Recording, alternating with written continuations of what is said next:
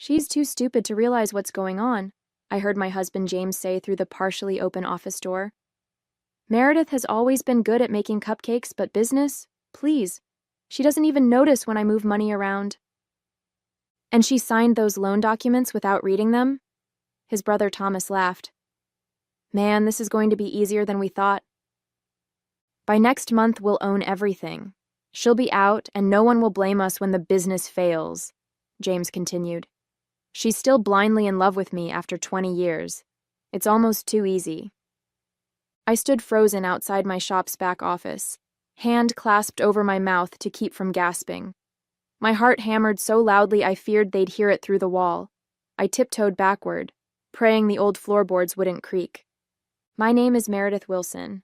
I'm 47 years old and the proud owner of Sweet Dreams Bakery in Minneapolis, Minnesota. At least I thought I was the proud owner. The business I built from scratch over 15 years, the one that put our daughter Veronica through college, was apparently now a target for my husband's greed. I slipped out the rear entrance into the alley, leaning against the brick wall as a wave of nausea hit me. How could I have been so blind? All those late-night business meetings James had with Thomas.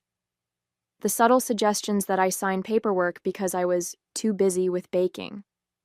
The gradual shift in how James spoke to me, with that patronizing tone I'd somehow missed or excused. I took several deep breaths of the crisp autumn air, trying to calm myself. I couldn't confront them now. Not when I was so shocked and unprepared. I needed to think, to understand what exactly they were planning. Somehow I'd ended up married to a stranger. As I walked around to the front of the shop, I noticed a sleek new car parked across the street. Thomas's latest purchase, no doubt. I wondered how many of my cupcake sales had funded his lifestyle. And that's when it hit me. What if the financial situation was worse than I realized? What if I wasn't just facing betrayal, but complete ruin? Sweet Dreams started as a weekend hobby at farmers markets. I'd always loved baking.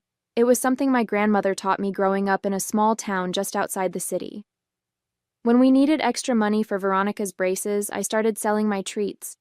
James had been supportive back then, helping me set up my little tent every Saturday. You've got real talent, Mare, he'd said. These are the best cupcakes in Minnesota. When a small storefront became available downtown, James encouraged me to take the leap. We used our savings, a small inheritance from my grandmother, and a modest bank loan. I still have the first dollar I earned framed behind the counter. For years, business was steady but not spectacular. Then, 5 years ago, one of my seasonal pumpkin maple cupcakes was featured in a local magazine. Suddenly, there were lines out the door. I expanded, hired staff, and James, who'd been working in insurance, offered to handle the financial side of things. You focus on what you love, he'd insisted. I'll take care of the numbers. It seemed perfect, a true partnership. But looking back, I realized the warning signs were there. 3 months ago, James suggested I sign documents for a refinancing opportunity. When I asked questions, he brushed them off, saying it was just routine and best to sign quickly to lock in the rate. Last month, Thomas started appearing more frequently at the shop, taking James out for drinks, speaking in hushed tones that stopped whenever I approached. I'd noticed odd charges on the business credit card but assumed they were supplies for our upcoming holiday season. Even Veronica, now 20 and studying business at the University of Oregon, had mentioned something strange during her last call. Dad asked me weird questions about business ownership and transfer of assets, she'd said. Is he thinking of opening his own place? I'd laughed it off then. Now, her words echoed ominously in my head. As I stood in my shop, watching customers enjoy my creations, I felt a deep sense of dread. My kitchen, my sanctuary, suddenly felt like it was built on shifting sand. The cheerful yellow walls and the scent of vanilla that usually brought me comfort now felt like a facade hiding an ugly truth. A week after overhearing their conversation, I discovered just how deep the betrayal went. I'd taken the day off to visit our accountant, Beverly, who'd been doing our taxes for years but whom James had recently suggested we replace. I'm glad you came in, Meredith, Beverly said, her face serious. I've been trying to reach you directly. Is something wrong? I asked, though I already knew the answer. There are significant discrepancies in your business accounts, she explained, turning her computer screen toward me. Large withdrawals and transfers to an LLC I don't recognize. And this loan, she pointed to a document on screen, puts the bakery up as collateral for nearly triple its value. My hands trembled as I stared at the numbers. 6 figures disappearing over months. An oppressive loan I hadn't fully understood when signing. Who has access to these accounts? Beverly asked gently. Just me and James, I whispered. Her expression told me everything. She pulled out more papers, showing irregularities going back further than I'd imagined. James hadn't just recently betrayed me. He'd been siphoning money for years, building to this moment when he could take everything. Beverly slid a business card across the desk. This is Gregory Palmer. He's both a financial forensic specialist and an attorney. You need to call him today. I nodded numbly, clutching the card. On the drive home, my shock morphed into something else. A cold, clear fury. The bastard was stealing not just my business, but my legacy, my passion, my connection to my grandmother. When I arrived home, James was waiting. His smile seemed sinister now, knowing what lurked behind it. I've been thinking, he said casually, maybe it's time to step back from the bakery. You work too hard. We could sell it, enjoy life a little.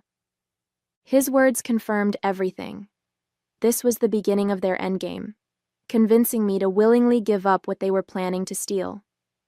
I forced myself to smile. That's an interesting thought. Let me consider it. His relief was palpable. He thought I was falling for it, that I was indeed as stupid as he believed. That night, I lay awake beside the man who'd planned my ruin, listening to his peaceful snoring. The business I'd built with my sweat and tears, the recipes passed down through generations, the staff who relied on me, all of it was at risk. I couldn't confront him yet, not until I understood exactly what I was facing and had a plan. But one thing was certain. This was war, and James had no idea who he was really up against. The next morning, I met with Gregory Palmer in his downtown office. His no-nonsense demeanor was exactly what I needed. Based on what you've told me in these documents, he said, reviewing Beverly's files, your husband and his brother are attempting a rather sophisticated form of financial fraud. They're creating artificial debt against your business, then planning to trigger default terms that would force a sale to a company they likely control. Can we stop it? I asked. We can, but we need to be strategic. Your name is on these documents. Challenging them directly could be complicated. I slumped in my chair, feeling defeated. However, Gregory continued, there's another approach. If you're open to it, we could gather evidence of their conspiracy. That would fundamentally change the legal landscape. Hope flickered. How would we do that? Gregory introduced me to Diana Winters, a private investigator with a specialty in business fraud. Her confidence was contagious. Men like your husband and his brother get careless because they think they're the smartest people in the room, Diana explained. We'll use that against them. Their plan was elegant. Diana would pose as a potential investor interested in the type of business James and Thomas were establishing. Through mutual contacts she'd invented, she'd express interest in their venture, gaining their trust and recording their plans. Meanwhile, I would maintain the appearance of ignorance, all while securing my own position. Gregory helped me establish separate accounts and document all existing assets. We photographed equipment, created inventory lists, and gathered proof of my original investments. For the next 2 weeks, I lived a double life. At the bakery, I was the same cheerful Meredith, greeting customers and creating new recipes. At home, I was the oblivious wife, pretending not to notice James's increasingly frequent business meetings. One evening, James announced he'd be meeting Thomas to discuss some insurance matters. I knew Diana would be there too, wearing a wire. Take your time, I said sweetly. I've got plenty to do here.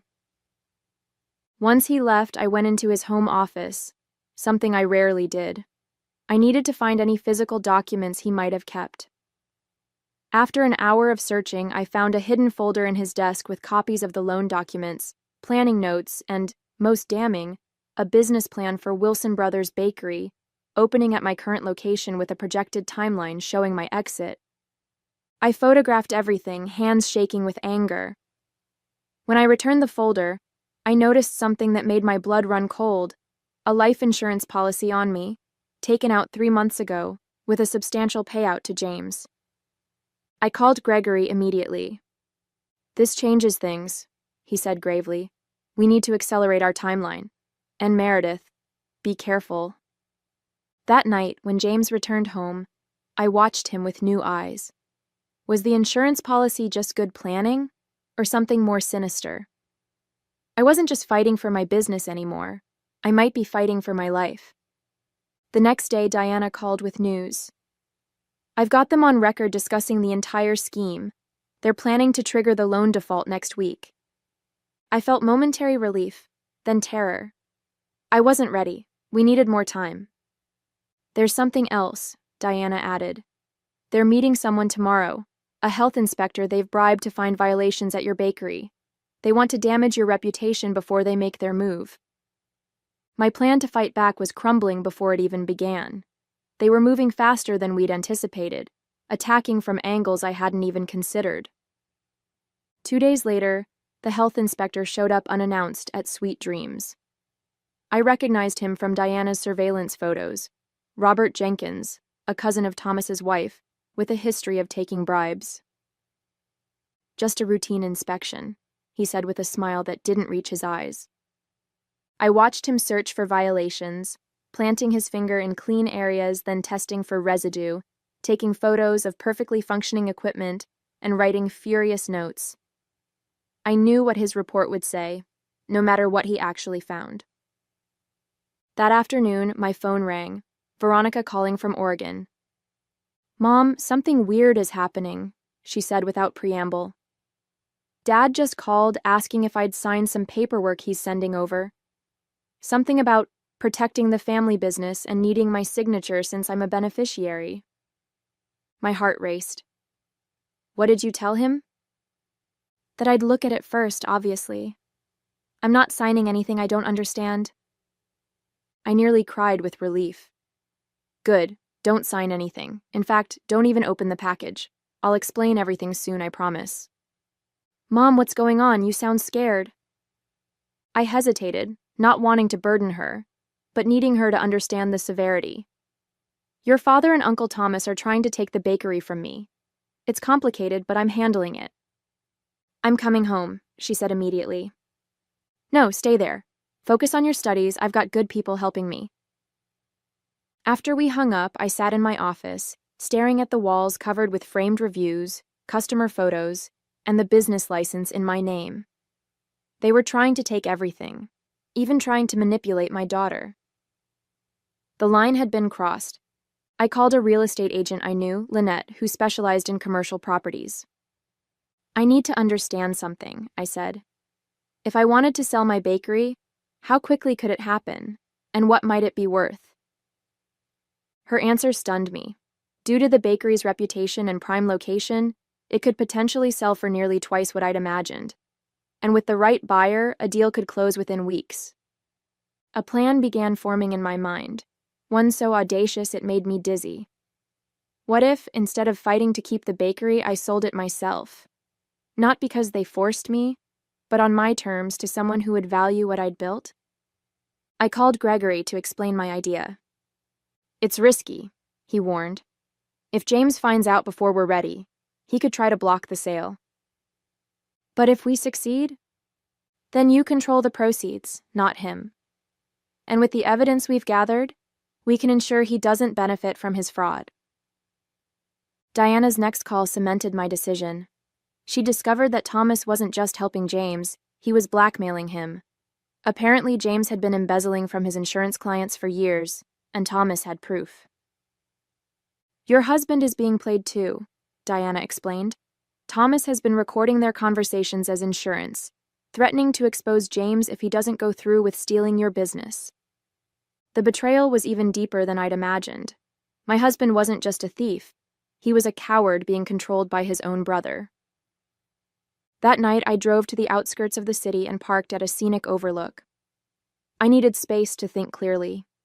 The bakery had been my life for 15 years. Could I really let it go? As I watched the city lights flicker below, I realized the bakery wasn't just about the building or even the business. It was about what I had created, what I had proven to myself. I could create something new. But first, I needed to free myself from James and his brother, once and for all. The next morning, I called Lynette. "I'm ready to sell, but this needs to stay absolutely confidential." "I understand," she assured me. "I know someone who might be very interested. Helen Bryant from Heavenly Bites. She's been looking to expand." Helen was my biggest competitor, but I'd always respected her business acumen. Her 3 locations were run efficiently, and she treated her staff well.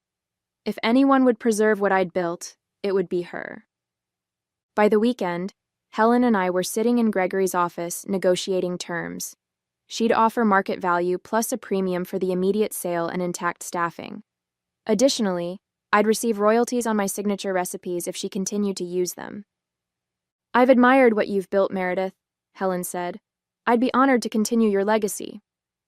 We shook hands, and Gregory began preparing the paperwork. We would need to move quickly. The health inspector's fraudulent report was expected any day, and James's loan default scheme was imminent.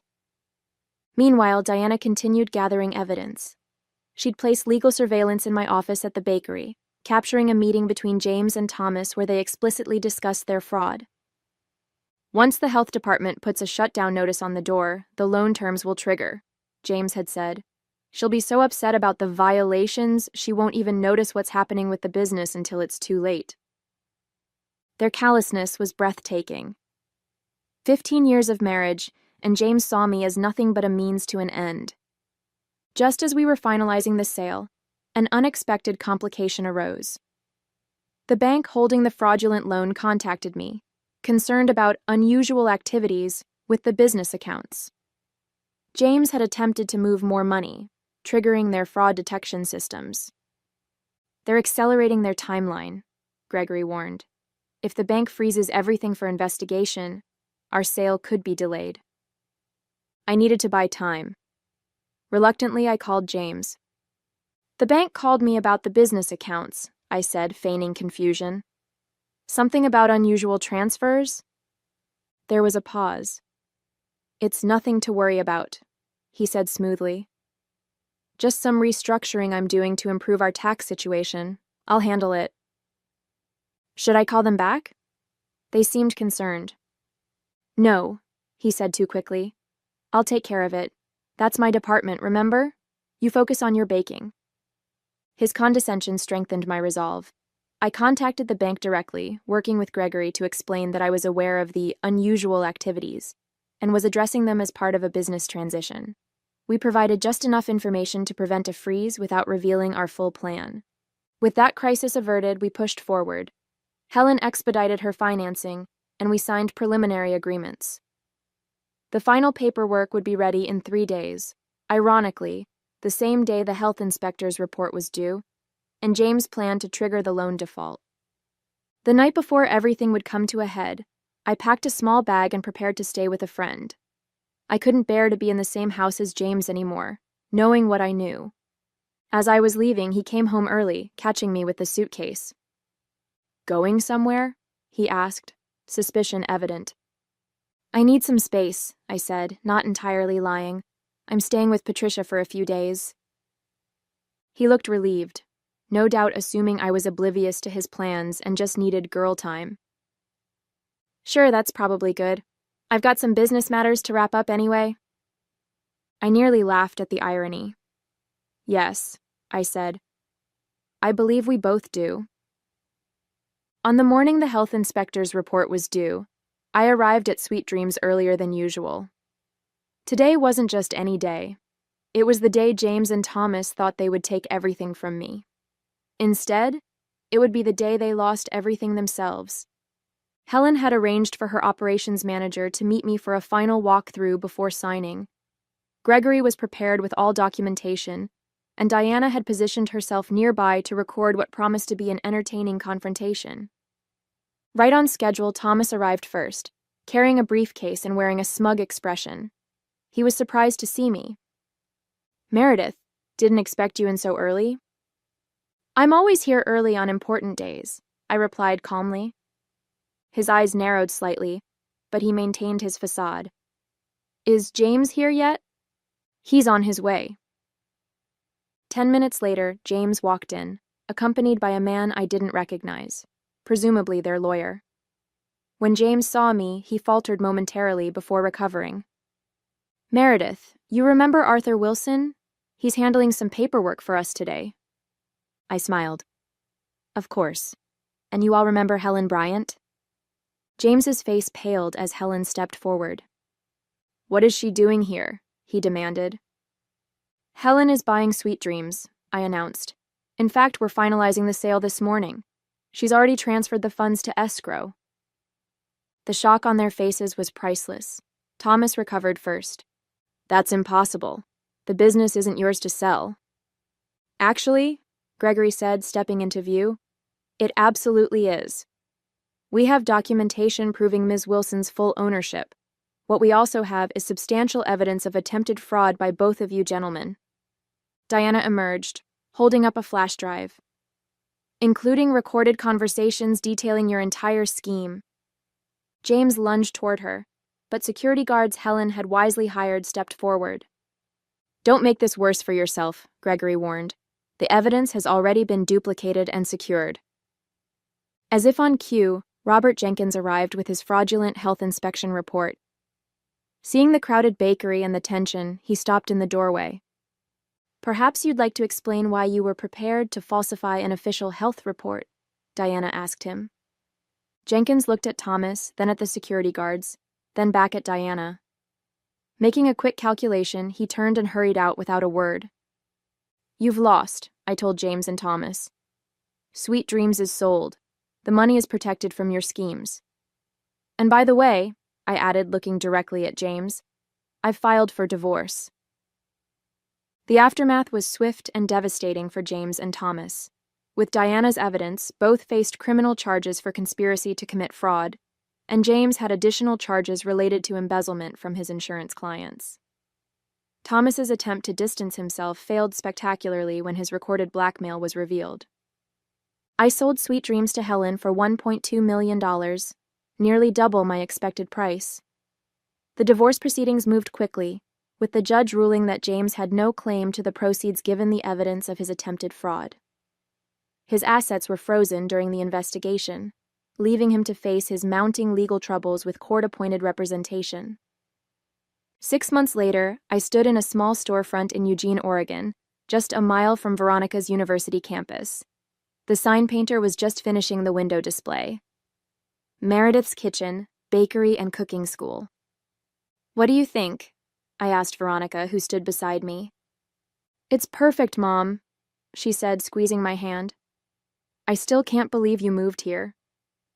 "New beginnings," I said. "Besides, I get to see you more often and you get free baking lessons to impress your roommates."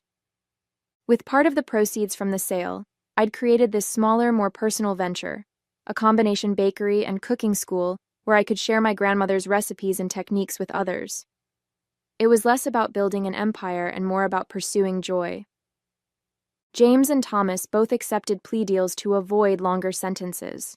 The last I heard, James was serving 3 years, and Thomas was in a minimum security facility for 18 months. Their reputations and careers were destroyed, a fitting punishment for men who had valued money above all else. As I unlocked the door to my new bakery for the first time as owner, I felt no regret for what I'd left behind. The betrayal had been painful, but it had also been clarifying. I'd discovered my own strength and resilience, proving that I was anything but the stupid woman they had assumed me to be.